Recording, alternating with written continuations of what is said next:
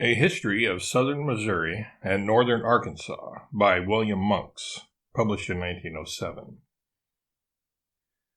Early Settlements. In the year 1844, Father sold out and in May started to move to the state of Texas. Crossed the Mississippi River at Green's Old Ferry, came by the way of Jackson, Missouri, and traveled the old military road made by the government troops in removing the Cherokee Indians from the state of Alabama to their present location, only road leading west. And in July of the same year, learning that it was very dangerous for a man to take his family into the state of Texas on account of the Indians, he concluded to locate in Fulton County, Arkansas, purchased an improvement and located on what is known as Bennett's River, about 25 miles from where West Plains is now located. The family at that time consisted of 6 persons, to wit, father, mother, and 4 sons, the author then being in his 15th year. Father, being a farmer by occupation, went to work on the farm. The country at that time was very sparsely settled. The settlements were confined to the creeks and rivers, where were found plenty of water and springs. No place at that time was thought worth settling unless it had a spring upon it. The vegetation was luxuriant, the broom sedge and blue stem growing as high as a man's head, and he upon an ordinary horse. The tablelands, which were thought at that time to be worthless, had very little timber growing on them, but were not prairie. There were what were known as post oak runners and other brush growing on the tablelands, but the grass turf was very heavy, and in the spring of the year the grass would soon cover the sprouts, and the stranger would have taken all of the tablelands, except where it was interspersed with groves, to have been prairie. The country settled up, some of the settlements being 15 miles apart, yet the early settlers thought nothing of neighboring and assisting each other as neighbors for the distance of 15 miles. At that time, Fulton County contained all of the present territory that now includes Baxter, Fulton, and a part of Sharp counties. And but a short time previous to the organization of Fulton, all of the territory that now embraces Fulton, Baxter, and Sharp. Izard belonged to Independence County, and Batesville was the county seat. My father located about 5 miles from the state line. Ozark County in Missouri joined Fulton County on the state line, and all of the territory that now comprises Ozark, Douglas, and the west half of Howell belonged to Ozark County, and Rockbridge is county seat, being located on Bryan's Fork of the North Fork, about 50 miles from the state line. Oregon County contained all the territory that now comprises Oregon, Shannon, and the east end of Howell. And a short time previous, all of the territory that now comprises Ripley, Oregon, Carter, and Shannon belonged to Ripley County. And all of the territory that now comprises Texas, Dent, Wright, and Crawford counties belonged to Crawford County. The country at that time abounded in millions of deer, turkeys, bears, wolves, and small animals. I remember, as my father was moving west and after he had crossed Whitewater near what was known as Bullinger's Old Mill, that we could see the deer feeding on the hills in great herds like cattle, and wild turkeys were in abundance. Wild meat was so plentiful that the settlers chiefly subsisted upon the flesh of wild animals until they could grow some tame stock, such as hogs and cattle. This country then was almost a land of honey. Bees abounded in great number, and men hunted them for the profit they derived from the beeswax. There was no such thing known as a bee moth. Honeydew fell in such quantities as to completely kill the tops of the grass where it was open. I have known young turkeys, after they were large enough for use, to have their wings so gummed with honeydew that they could not fly out of the way of a dog. Have known lots of them to be caught with dogs when they wanted to use them. There was no question in regard to there being honey when you cut a bee tree, if the hollow and space in the tree were sufficient and the bees had had time to fill it. I have known bee trees being cut that had 8 and 10 feet of solid comb that was candid and grained. When my father first located, beeswax, peltry, and fur skins almost constituted the currency of the country. I remember that a short time after my father located, a gentleman came to my father's house and wanted to buy a horse and offered to pay him in beeswax and peltry. And as I had been accustomed to paper currency in the state of Illinois, I asked my father what kind of money peltry was. He laughed and remarked, "Well, son, it is not money at all. It is deer skins." A man thought nothing of buying a horse or a yoke of oxen or to make any other common debt on the promise of discharging the same in beeswax and peltry in 1 month's time.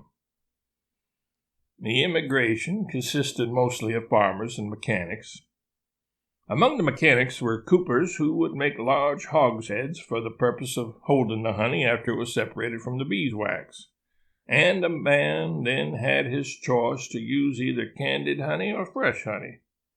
I knew whole hogsheads that were full of candied honey.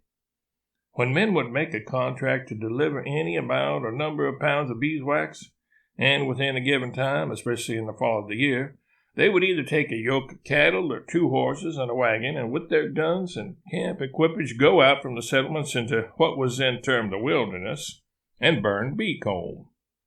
In a short time, the bees would be working so strong to the bait that they could scarcely course them. In the morning, they would hunt deer, take off pelts until the deer would lie down. Then they would hunt bees and mark the trees until the deer would get up to feed in the afternoon, when they would again resume their hunt for deer. After they had found a sufficient number of bee trees and marked them, the morning following they would go out and kill nothing but large deer. Case skin them until they had a sufficient number of hides to contain the honey that they expected to take from the trees, take the hides to the camp, tie a knot in the 4 legs of the hide, take dressed buckskin and a big awl, roll the hide of the neck in about 3 folds, run 2 rows of stitches, draw it tight, then go to their wagons with ridgepole and hooks already prepared, knot the hind legs of the skins, hang them over the hooks, take their tub, a knife and spoon, proceed to the trees, stop their team a sufficient distance from the tree to prevent the bees from stinging the animals, cut the tree, take out the honey, place it in the tub, and when the tub was filled, carry it to the wagon where the hides were prepared, empty their tubs into the deer skins, return again to another tree, and continue cutting until the hides were all filled with honey.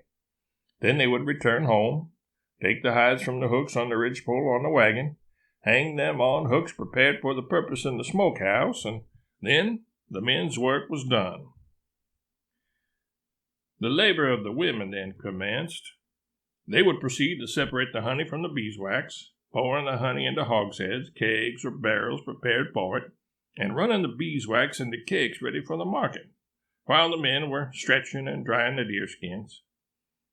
As soon as the deerskins were dried and the honey was separated from the beeswax, they were ready for the market and took their place as currency, while the flesh of the deer, sometimes when bread was scarce, took the place of both bread and meat, with a change, whenever the appetite called for it, to turkey and other wild game.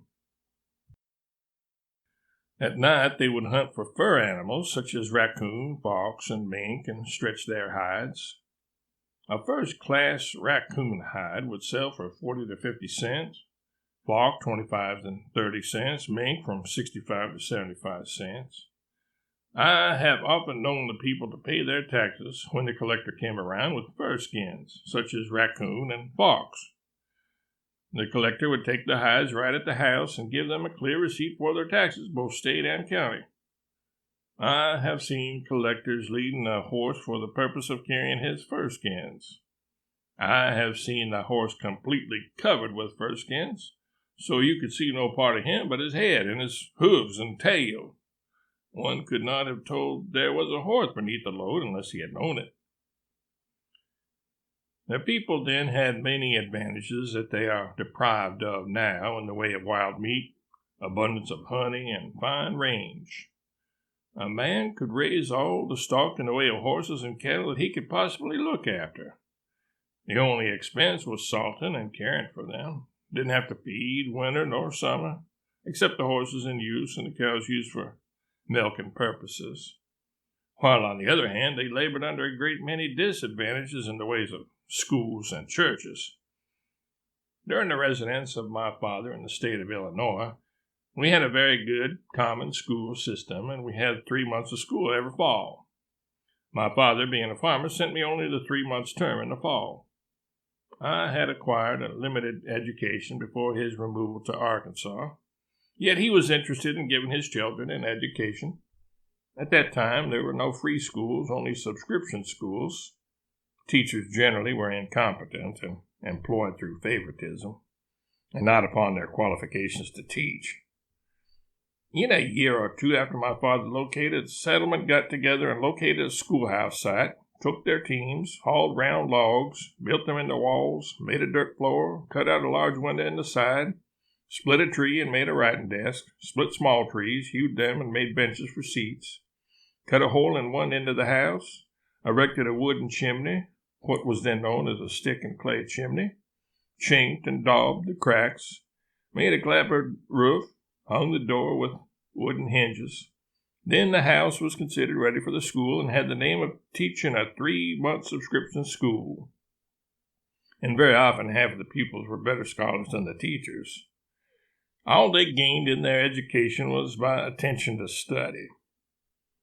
As the country improved in population, the people improved in the erection of schoolhouses and church houses, and constructed, in place of the round log schoolhouse and dirt floor, hewed log schoolhouses with puncheon floors, stick and clay chimneys.